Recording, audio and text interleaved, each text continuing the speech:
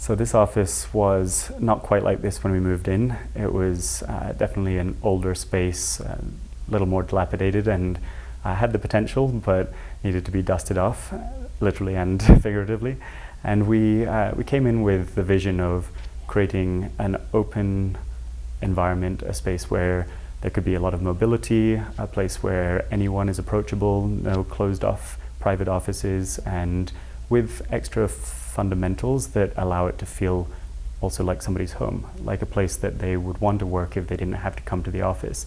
And in doing so, I've realized that people don't just work from home. When they work from home, they also like to go to juice bars, they like to go to cafes or even hotel lounges in the afternoon.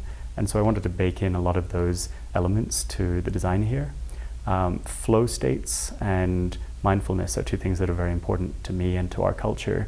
So we have a mindfulness room with iPads on the wall with meditation and binaural beats apps. We have another space for sort of getting away from maybe the humdrum of the office environment and spending time in what feels like, I would say, a Latin cafe where you can either pull up a laptop or just have a coffee with coworkers and friends. We have a lot of fun. We have games rooms with ping pong and other games, and sort of also a nice reprieve from the main desk area.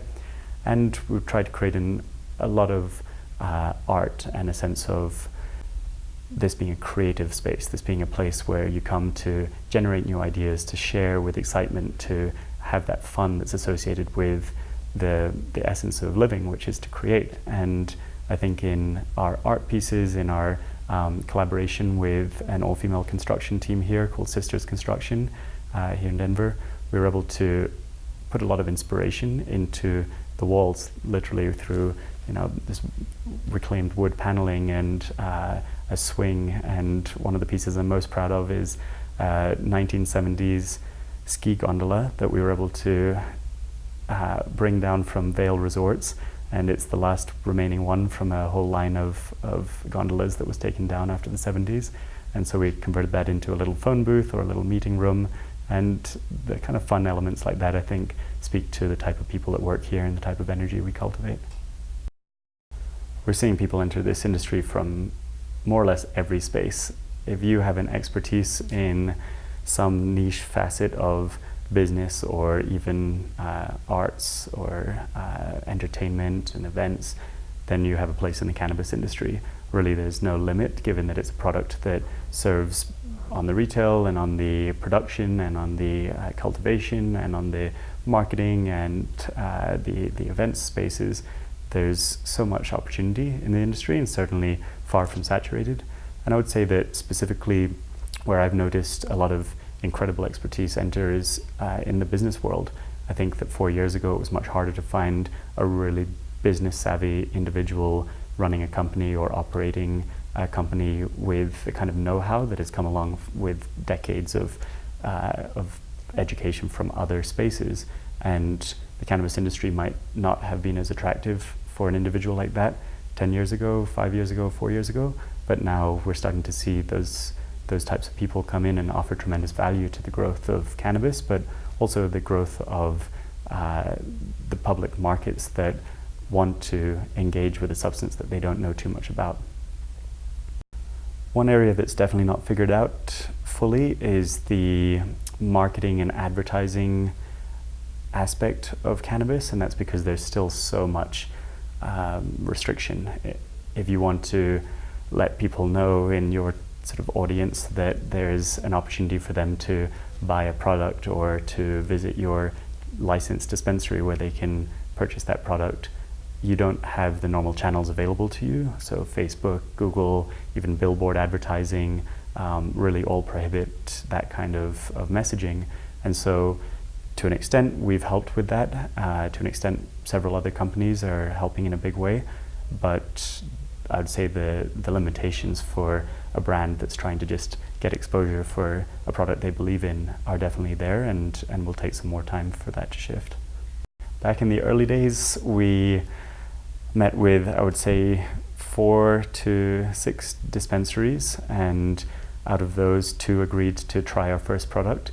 So as soon as we got that validation, we went back to the lab and built what we thought they wanted, and it took us 5 weeks to make a product that would allow them to list their menus online and allow their customers to browse to their website and see those products available with nice images and data and informative information about the products, and to place a pre-order for their shopping bag and then turn up in store and pick it up. And we launched with those 2 dispensaries, and it worked, and we realized we were onto something. So that was when we scaled up, and at first it was definitely a very manual effort.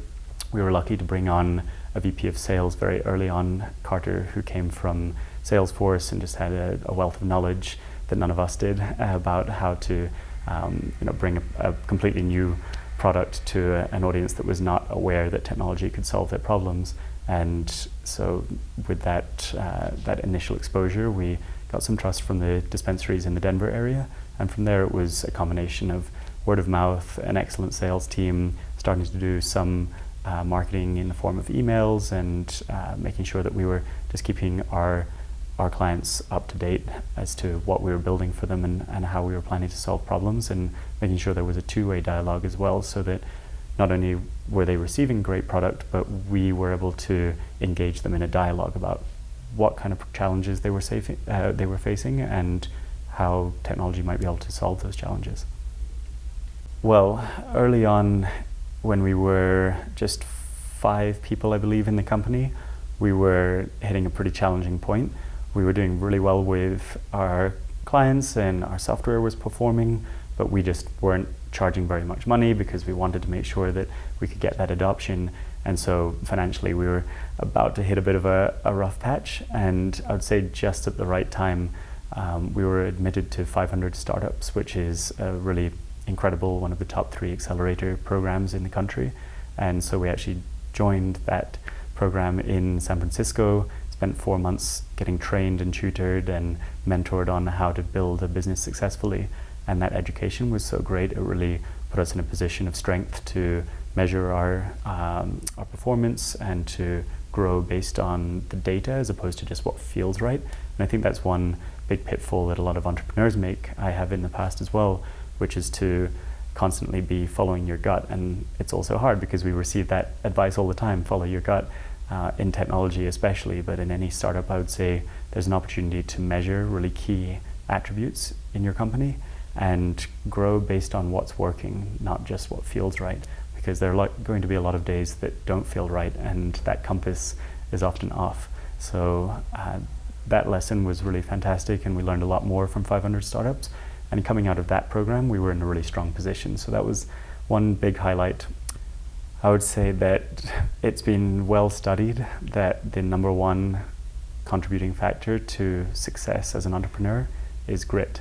And when you really believe that your purpose or the way that you're going to impact this world is aligned with what you're working on, then it doesn't matter if you have tough days, it doesn't matter if there are days where the finances are not working out. If you are able to stick with that conviction that you're aligned in the work you're doing, then the grit is what really differentiates, I think, the ones that end up falling off and moving back into traditional industries and the ones that make it through. And very few entrepreneurs will share a story that was just strength to strength. And I think there's a lot of inspiration to be received from the successful ones, but also from the ones that haven't quite made it yet. Maybe finding a mentor or finding friends that have reached a certain level of success and then it all fell apart and then they're starting to build it back up. And I think that we can share and support each other in that mindset of understanding that it's okay if it's not always easy, as long as you're feeling that what you're working on is your truth and that you're integrous to it, then it will work out eventually, and to stick with it.